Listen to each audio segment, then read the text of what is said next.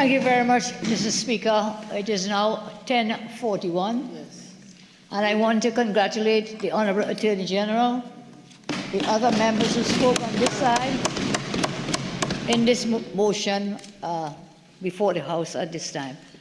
I think we need to get back to why we were here, or what we are doing here. And therefore, I will take this opportunity to read the motion, because in listening to some of the comments from the other side, I think those members have forgotten what has transpired to bring us, not just in terms of the crime, but in terms of the law and the motion we are now attempting to carry forward. So let's read it.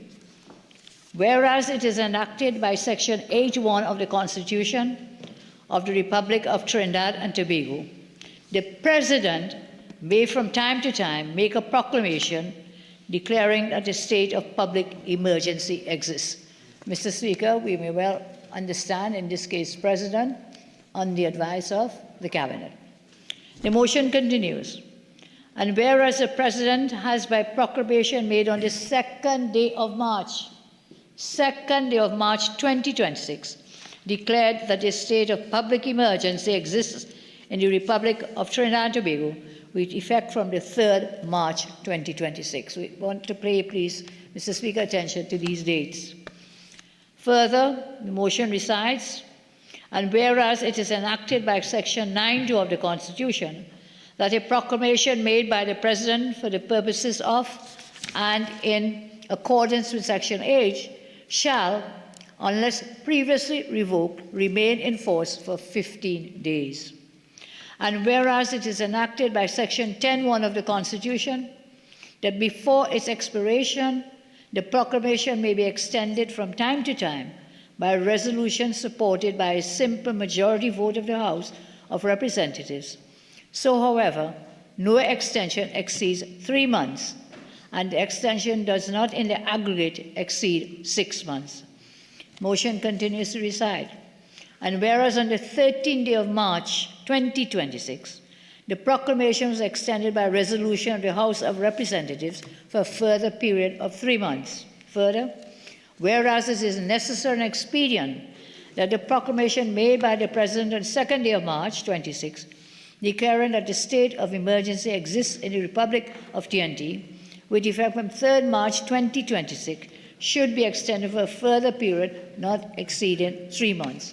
Now therefore, and this is what we have been asked to agree to, the resolution, be it resolved that the proclamation made by the President on the 2nd day of March 2026, declaring that a state of public emergency exists in the Republic of Trinidad and Tobago, with effect from the 3rd March 2026, be extended for a further period of 3 months. So, Mr. Speaker, I don't know if it is, what is it, AG? Law 101? 2 lawyers have spoken in this chamber from the other side today and did not understand that the basis of why we are here today is back to the proclamation made and the reasons given by Her Excellency the President on the 2nd day of March as printed, and I will read from that statement. So when you come to say, what is the crime? What is the problem? Why are we here? What are we doing? This was set back way back. The reasons for the proclamation were set way back since the 3rd of March. Her Excellency told us that. So both the member for Arima and the member for Port of Spain, North St. Anne's West, is here trying to tell us, well, come and tell us, why are you bringing this thing today? Why? I'll tell you why. You want to know what it is. You're saying it's crime. What crime? What is a big deal now to come for this extension? And this is why. The proclamation that the President made, and I read from that statement signed by Her Excellency on the 4th of March, reads as follows. On March 2nd, 2026, I was informed by Cabinet, this is Her Excellency, I was informed by Cabinet that within the last several days, a number of violent criminal activities had taken place, with mass shootings and multiple victims, most of which have been carried forward by members of organized criminal gangs, which have endangered the public safety. Cabinet further informed that there have also been credible threats to attack police officers, prison officers, and other members of the protective services. I pause, Mr. Speaker. Note it doesn't mention members of Parliament. It says, Threats, credible threats to attack police officers, prison officers, and other members of the protective services. The statement, a proclamation for Her Excellency continues. Additionally, Cabinet advised that the Trinidad and Tobago Police Service Intelligence informed the Minister of Homeland Security, who in turn informed the National Security Council, that criminal gangs in the islands of Trinidad and Tobago have increased acts of violence on a scale so extensive that it threatens persons and will endanger public safety. Accordingly, the National Security Council was of the view it was necessary to take immediate action. Excellency continues, having considered the information provided and given the above premises, I was satisfied that action has been taken or is immediately threatened by any person of such a nature and on so extensive a scale as to be likely to endanger the public safety to the extent that warranted the declaration of a state of emergency. This is a genesis, this is a basis on which the proclamation was made in the first place, dated 4th March 2026. Christine Carla Kangaloo, ORTT. So that is why we are here today. We are following through, coming from there. That was the grounds, that was the basis. And therefore I'm very surprised that no member on the other side remembered where this proclamation came from and the basis on which it was made. And that is what we stand by today in providing the information. Mr. Speaker, I say further, points by the member for Rima just a few moments ago, asking what people are saying and people are against it. And which people? Where did you find them? Did you do a poll? You asked me when I said that law-abiding citizens are supporting this statement. Yes, I did a poll. I caused a poll to be done, and the majority of law-abiding citizens support the extension of the SOE. Support the extension of the SOE. Then now, several have spoken about the rights. Rights again. Law, AG 101. Law 101. Pick up their constitution and reading about rights. Any lawyer any law student doing Law 101 knows that no rights are absolute. Constitutional rights are never absolute. So when you speak about freedom of assembly, it could never be that everybody will assemble in the same place at the same time. There are regulations. These are regulated. There's no absolute freedom. When you talk about freedom of speech, everybody can't talk at the same time. We are all here. We have freedom of speech. What do? We all talk, and babble. We'll just be a babble like the Tower of whatever it was. No rights are absolute, and therefore the Constitution provides as follows. The rights enshrined Section 4, my colleague from Port of Spain North picked it up. Let me read them again. It is hereby recognized and declared that in Trinidad and Tobago they have existed and shall continue to exist without discrimination by reason of race, origin, color, religion, or sex, the following fundamental human rights and freedoms, namely the right of the individual to life, liberty, security of the person, enjoyment of property, and the right not to be deprived thereof except by due process. Is anyone being deprived of their liberty without due process? We are following the Constitution. We are working with 8, 9, and 10 in the Constitution, which gives the exceptions to these rights. And as I say, no rights are absolute. The Constitution itself provides for when these rights can be overshadowed or regulated. So we are working within the confines of the Constitution. And if you want to take it to court, with the bunch of lawyers you have on that side, you will surely lose this matter. Threatening to take us to court, well, go.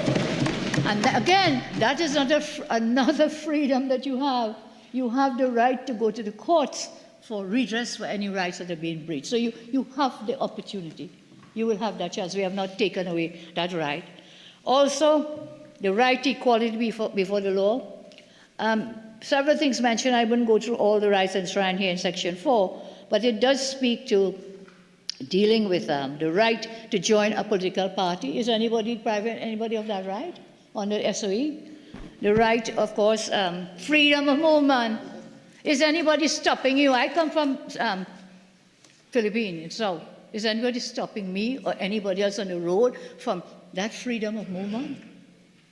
Is it stopping you from coming to Parliament? Is your freedom of movement impeded? And I heard my colleague from Tobago say that whatever rights he had before, he has not lost any of those rights. He's still enjoying those because, you know why? Because he's a law-abiding citizen. The only persons who have been impeded are those who are not law-abiding. Freedom of assembly, I mentioned that. Freedom of movement, freedom of thought expression, freedom of association and assembly. When you're gathering tomorrow in your meeting, is anybody stopping you from assembling, associating? Is anybody stopping you from speaking? Where are your rights? Which rights are being impeded? And I come back again, there's only those who are in the criminal elements of the society, those rights are being breached. But it goes further. No rights are absolute. The Constitution then gives us, I find it, there's a word they call it oxymoron. Oxymorons. They say something as an oxymoron, Mr. Speaker, and I know you're very erudite and very literate. I will go further to say, it is oxymoronic for people to stand up in a public meeting on a platform and speak and speak and see and say that their rights have been deprived. They've been deprived of freedom of expression. You're standing on a political platform saying everything under the sun, and you're saying, oh, my freedom of expression is being hindered, being taken away. You're assembling there with your colleagues. Well, I know the member of Port of Spain North, he don't get to speak in a meeting, so he wasn't very much concerned about it. He might just be moronic. He might just be moronic, not oxymoronic. Oxymoronic. People came, they're saying, I'm blocking them from coming by the office of the Prime Minister. These regulations, they can't come.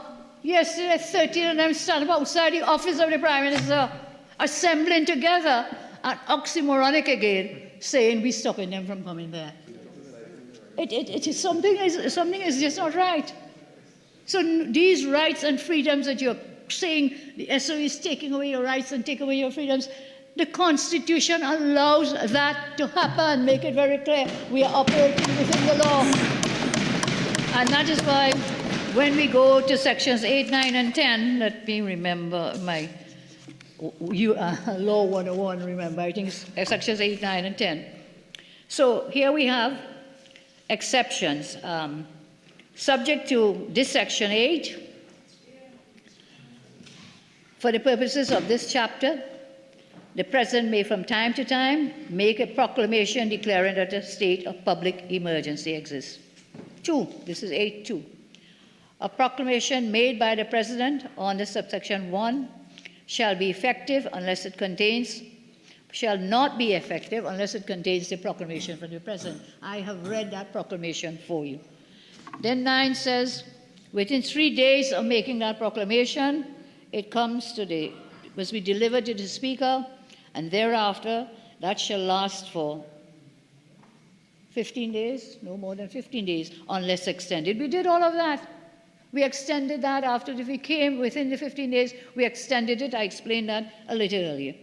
And then that proclamation may be further extended from time to time for not more than 3 months at any one time. We did that too. We did the 3 months, and then we could come back, which is why we are here today. We can come back again. But we cannot in the aggregate go beyond 6 months. So this second extension will take us into the 6 months. Thereafter, a special majority is needed. But up to now, it is only a simple majority we will need today to pass this extension of the SOE. So, a period of public emergency, several things happen. So, we have regulations. The latest one giving the problem, which I just tried to explain, is that no one is being deprived of the right to liberty without due process. What's the due process in this case? It is adherence to the sections of the Constitution, 8, 9, and 10 that I mentioned. No one is being deprived of freedom of speech. Again, 8, 9, we are within the framework of the Constitution, 8, 9, and 10. We are within that. We have a freedom of expression.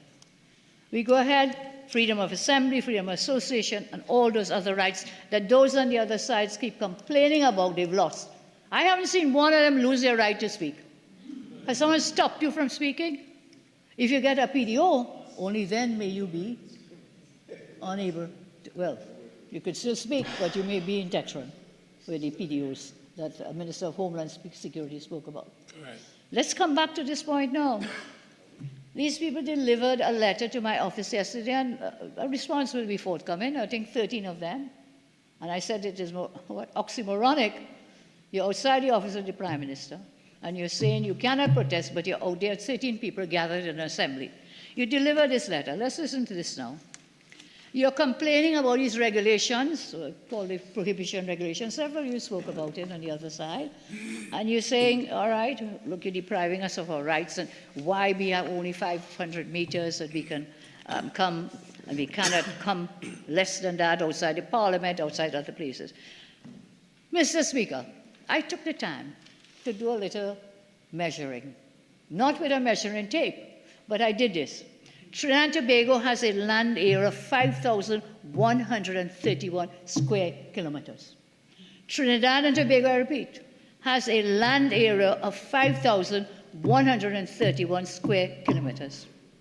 The area around the 15 buildings listed in the regulation covers 11.77 square kilometers. You know what, Mr. Speaker?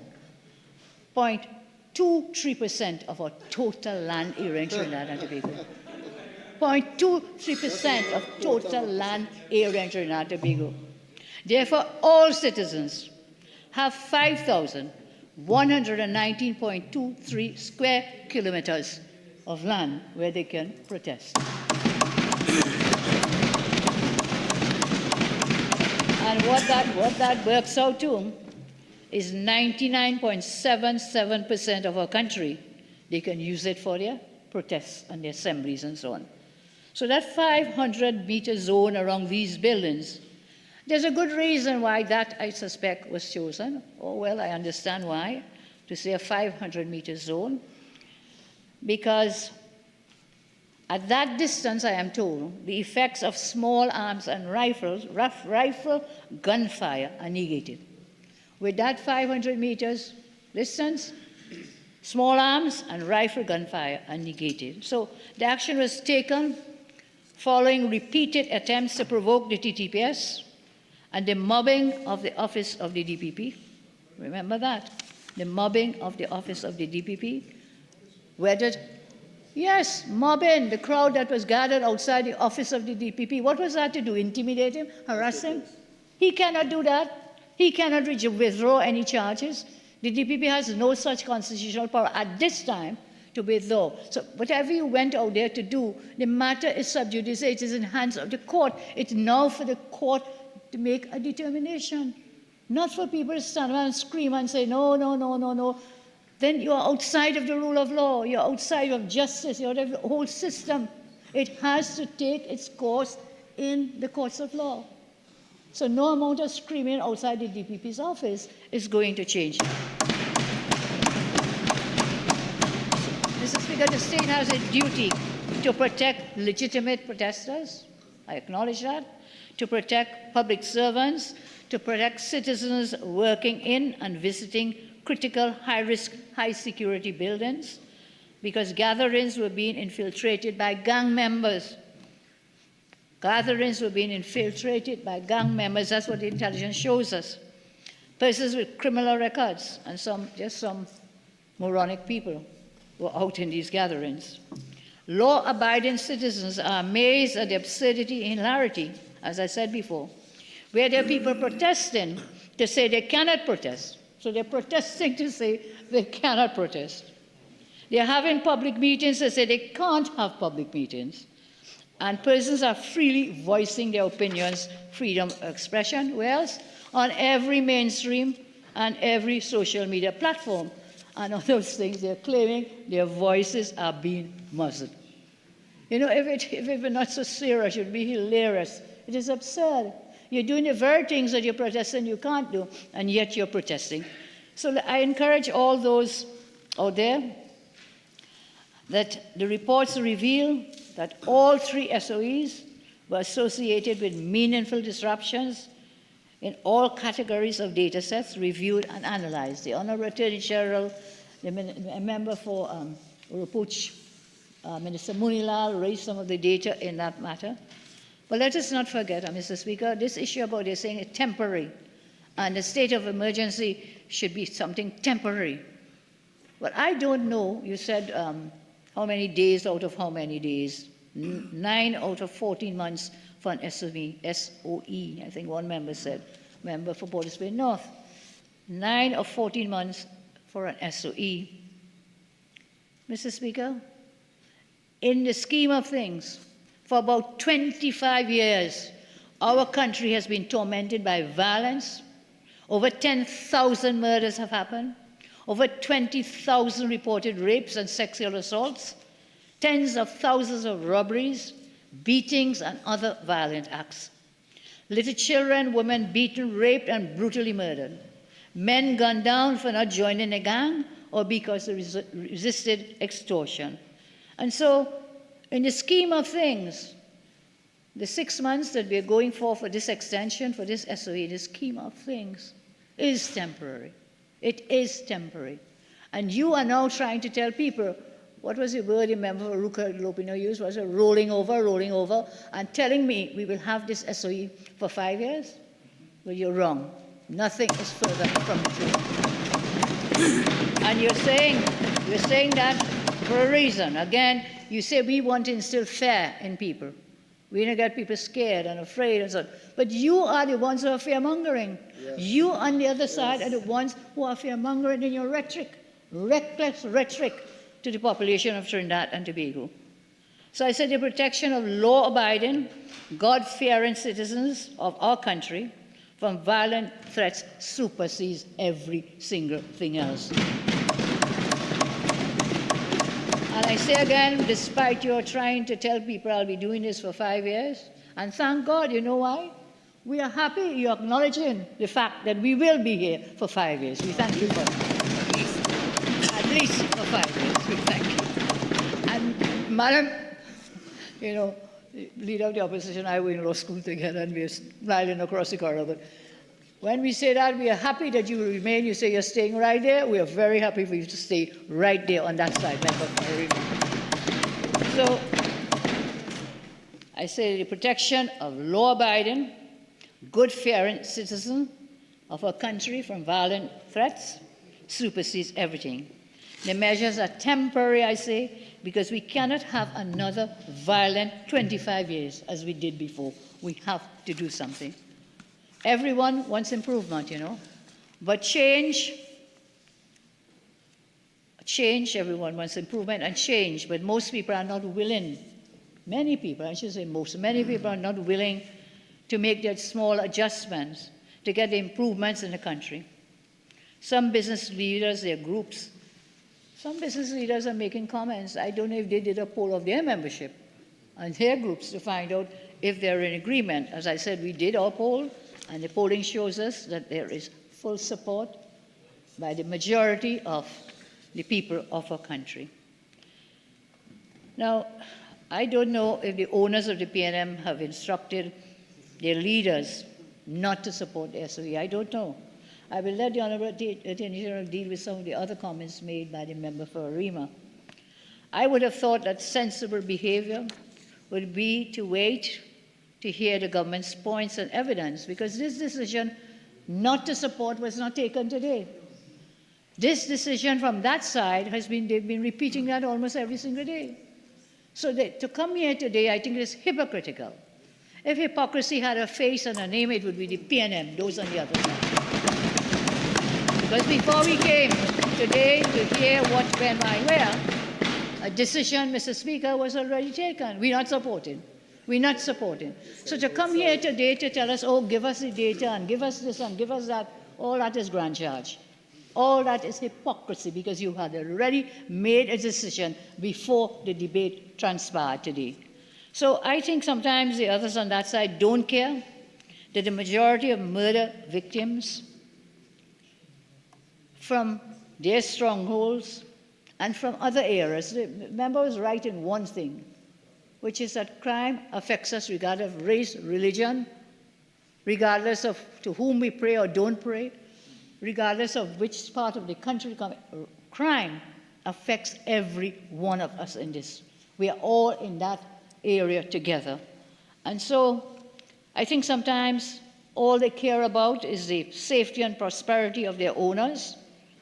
I don't expect anything different between the PNM A team and the PNM B team in both houses. I don't plan to argue with political and race grifters, publicity framers, and some moronic people. I don't plan to argue with them. The majority of our people and citizens are good, law-abiding persons. However, there is much that is to be cleaned up and much to be taken care of. And to expect for that to be done in one day is really also moronic. We have been working assiduously since we came in. I'll share some with you, some of the things we have been putting in place. H, can I get a piece of paper, please? With respect to the crime plan. You asked me for, well, you asked me a crime plan, and I have to keep telling you, we do not have a crime plan. We have an anti-crime plan.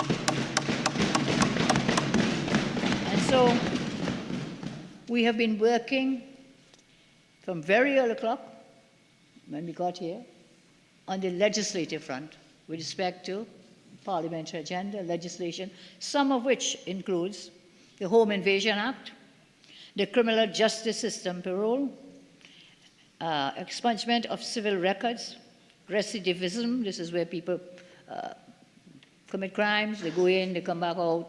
That one is a revolving door. We've been dealing with that. And several other pieces of legislation. I think there's one piece of legislation. Which one was this, AG? Where, the parole, yes, where an independent senator described that as being a very proud day for reform. And so we are happy that we are working on the legislative front. We have a lot more pieces of legislation to come before the Parliament. We've also been working through resourcing law enforcement. Resourcing. Minister of Homeland Security would have mentioned some of the things we've been doing, resourcing the law enforcement, the protective services, vehicles, budgeting allocations, collaboration and diligence, law enforcement, intelligence agencies.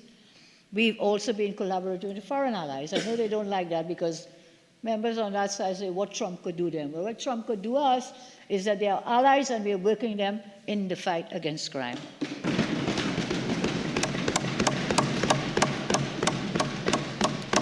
So, in addition to the legislative, in addition to the monetary, the financing and resourcing, Minister of Homeland Security would have told us we are also increasing the TTPS, the numbers of the police in the TTPS. We are increasing the numbers in the Defense Force. We are increasing the numbers in the fire service. In all these fields, we are resourcing them in terms of equipment. I mean, listen, during my watch last time, in my last incarnation as Prime Minister, we built a fire station, one in Mayaro. We built other places. We built one in my constituency down in Penal Siparia. And for 10 years, never had a fire truck. We were able to put fire trucks there and elsewhere. Indeed, they say karma is a bad thing. Karma could be a good thing. So I had a good karma to be back here as Prime Minister to put fire trucks in all these stations. But the Honourable Member for Port of Spain North, St. Anne's West was not so fortunate. Because he came within that 10 years to open the Penal Siparia fire station. And I was so very sorry that he fell down the stairs. Because that was the hypocrisy of keeping the station up to even then, it didn't have a fire truck, but came to put his name on the stone to turn the key for that building. So these things come back to bite you, as they say. And I want to remember and recall for all of us when both the former Prime Minister Rowley and the former Minister Hines, and they both said that it is not their duty to keep you safe. They said It's not my business to keep you safe. Do you all remember that? Yes. It was not their duty or their business. But I see it as my duty, and we see it as our duty to do everything we can. To do everything we can. You have 30 seconds again, unless you wish your 15 minutes. I do ask for the 15. Take more. Yes, thank you. That went fast. We go further, Mr. Speaker, further than they ever did. And we say that the rule of law says whatever it does, whatever it says, the rule of law is for one and it is for all. We firmly, firmly believe in that. It cannot be only for black boys. It cannot be only for the 1% that the AG mentioned. It cannot be only for people of Indo origin or Chinese, whichever. Rule of law is for every single one of us, regardless of race, as I said, religion, or creed. And so, my friends, I think sometimes the AG gave me a nice expression. He said, stick break in your ears. Stick break in their ears. That's what it appears to me. When every time we come here, it's the same stories. People say, people say, people say. Well, you know what the people say? They are so happy that last April they voted all of you out of government. They're happy. And they're still happy. I heard somebody say, well, after 3 months they realized they should not have voted. No, I'm doing my polling. You better go and do yours, because they surely don't want to see you all again in the corridors of power. Go do your polling. And don't just come and talk about people. And this people meter and people say and so on. Don't get fooled and chain up with that. Don't get chained up. Do the same 1%. Same 1%. So go out and go and do your polling. Go back and do your polling. And there's a very sad thing. There's a very sad thing. Several members I noticed today, you know, the narrative on the other side, they keep changing. Their playbook keeps changing. And today I heard a part of that narrative about divisiveness. That this SOE is dividing people in the country, dividing the people, turning them against the police. They're losing trust in the police. Again, I don't know which people tell you they say they're losing trust. But I will tell you from my polling, there's highest confidence in the protective services of Trinidad and Tobago at this time. So as I close, I thank you again, Mr. Speaker. I say again that law-abiding citizens back the SOE, and that we will continue to do what we can, how we can. And in the few minutes I have left, I say the state of emergency is not an affront to liberty. It is not to take away liberties. For now, given where we are with the state of lawlessness, this SOE acts like a guardian. The SOE in Trinidad must endure, TND, for the criminal syndicates that imperil public order and menace the foundations of national security have not yet been subdued. We are working on that.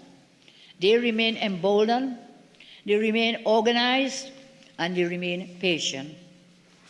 This is why the Honorable Attorney General will tell you that he had to cause to put out a statement, was it last week, about the date, where people were, they said they were frisking inside of the jails, thinking that they were going out. And the AG had to put out a statement, no, it will expire on the 17th. Take some more time. Take some more time. That's what it was. So they remain, these criminal syndicates, they remain emboldened, these criminals remain organized, and they're being patient for the time being.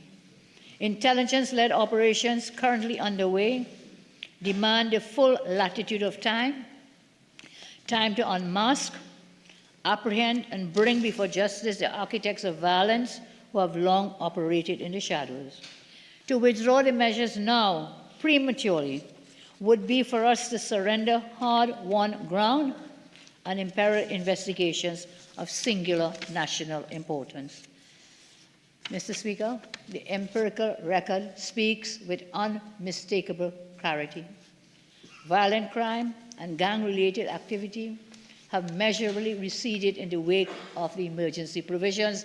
Data provided by the Honourable Attorney General, data provided by Minister of Homeland Security and by the Minister of Energy shows us, and I don't understand why in the face of that data, they would continue with the line, it's not working, it's not working. Why would there be 42% decrease in homicides? Why, if it were not working? Just one example of all the other data given. And you know, when they stand up here, this CPEP and URP, they want us to be forever a nation of grass cutters and crying about the CPEP and URP people and saying, oh God, if they had jobs, then this wouldn't be happening. They had those jobs. They had it all over the 10 years, and the crime never went down. It never went down. So don't fool yourself. Don't fool yourself to think that that will stop the crime, because in your 10 years, you gave them all of this, you gave them all the ghost gangs, and it never stopped the crime. So part of our crime plan includes the creation of sustainable jobs, anti-crime plan, creation of sustainable jobs to deal with crime in our country. Sustainable jobs. I mentioned to you last week or sometime about 14,000 jobs having been created within the year. The CSO said 8,000 jobs in the last quarter. That is very important. But it cannot be CPEP and URT and the ghost gangs that you put together under your crime plan. In our anti-crime plan, they have no place. I said the work remains unfinished. Vulnerable communities and courageous witnesses still stand exposed to criminals. And so without the protective architecture the measures under the SOE afford, criminal organizations will reconstitute, will rearm, and methodically erase every gain we have been laboring to secure in Trinidad and Tobago. Mr. Speaker, I thank you very much.